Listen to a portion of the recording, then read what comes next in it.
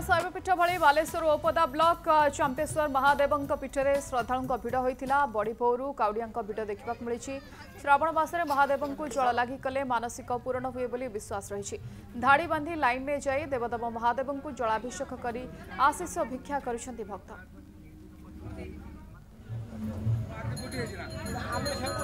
देवगिरी पर्वत पाददेश विराजमान अच्छा महाप्रभु से चंपेश्वर बाबा जहाँ बहुत दूर दूरांतर भक्त वत्सल मैंने दौड़ी आसती मनवांछित पूरण करने। आपड़ देखुए आम पड़ोशी जिला जहाँ अच्छी भद्रक हो मयूरभंज हो केन्दुझर जिलूर भक्त वत्सल मैंने आसी था जगह को पूजा अर्चना करने। सबुठ बड़ सम्मुखीन होती प्रशासन आवश्यकता अच्छी गोटे टीम वर्कर आवश्यकता रही। हजार हजार भक्त आसती कहीं जहाँ मागती से जहाँ मनस्कामना मागती बाबा ता पूरण करती से आशा नहीं बहुत दूर बहुत लोक आसती।